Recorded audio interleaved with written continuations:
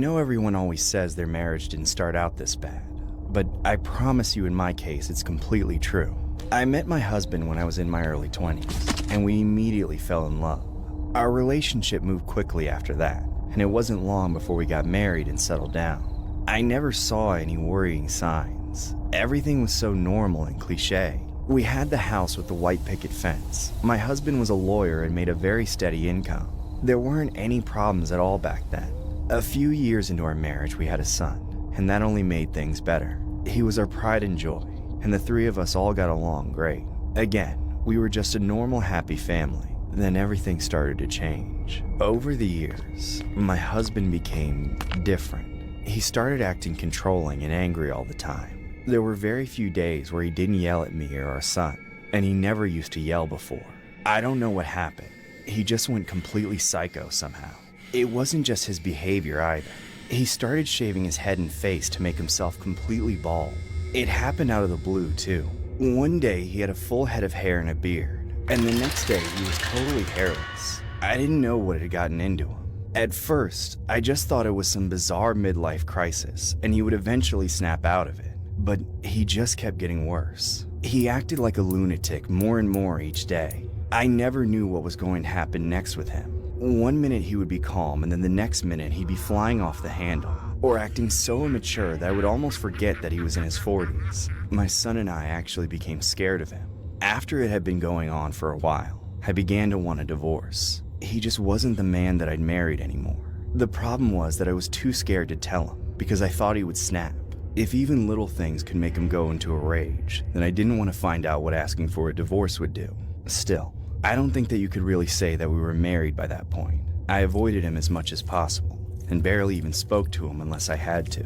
I even started sleeping in my son's room so that I wouldn't have to share a bed with the freak. Plus, I was afraid that my husband might hurt our son when he was on one of his rampages. Living with him made every day a nightmare. Not only was he angry and unreasonable, but he was also just creepy as hell. The way he shaved his head made him look like a different person, and he was always passive-aggressive in the most horrifying way. Sometimes he would come out of nowhere and start petting me or my son's head. Then he would say things like, "I'm not gonna hurt you. I wouldn't do that." Then he would smile like a creep afterwards and stare at us until we were able to get away. It was the most uncomfortable and disturbing thing ever. Every once in a while, I would actually lose it myself around him. I would tell him to screw off and leave us alone. Or I would just take our son and leave for the day without telling him. I didn't do it too often though, because whenever I did, my husband would snap and throw a huge fit that I would have to deal with later. He really had gone completely haywire. Then one night, I finally decided that I'd had enough. It was extremely late, and my son and I had to be up early the next day for work and school. We were both sound asleep when we were suddenly awakened by incredibly loud noises coming from downstairs. We could hear my husband laughing like a maniac and banging a bunch of stuff around. At first I was just going to ignore it, like I'd been ignoring everything else that my husband did. But then I decided that it couldn't go on anymore. I was so tired of him ruining everything. I got out of bed and headed downstairs to confront my husband. My son followed behind me. When we got downstairs, we found my husband standing in the dining room, banging on the table and laughing like a psycho. He had obviously completely lost his mind. What the hell are you doing? It's the middle of the night! He stopped what he was doing and turned around as I yelled at him. I noticed then that he had some hair growing out of his head again. It was really messy and made him look even more psychotic. I thought for a second that he was going to start screaming, but he just stood there quietly and stared at us. I didn't know what was going on in his mind, but the silence was even more scary than him yelling.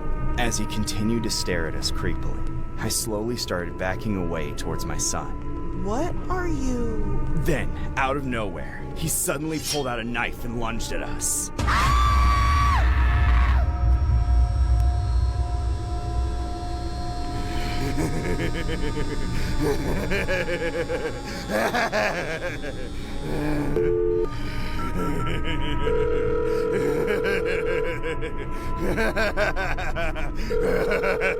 "911, what's your emergency?"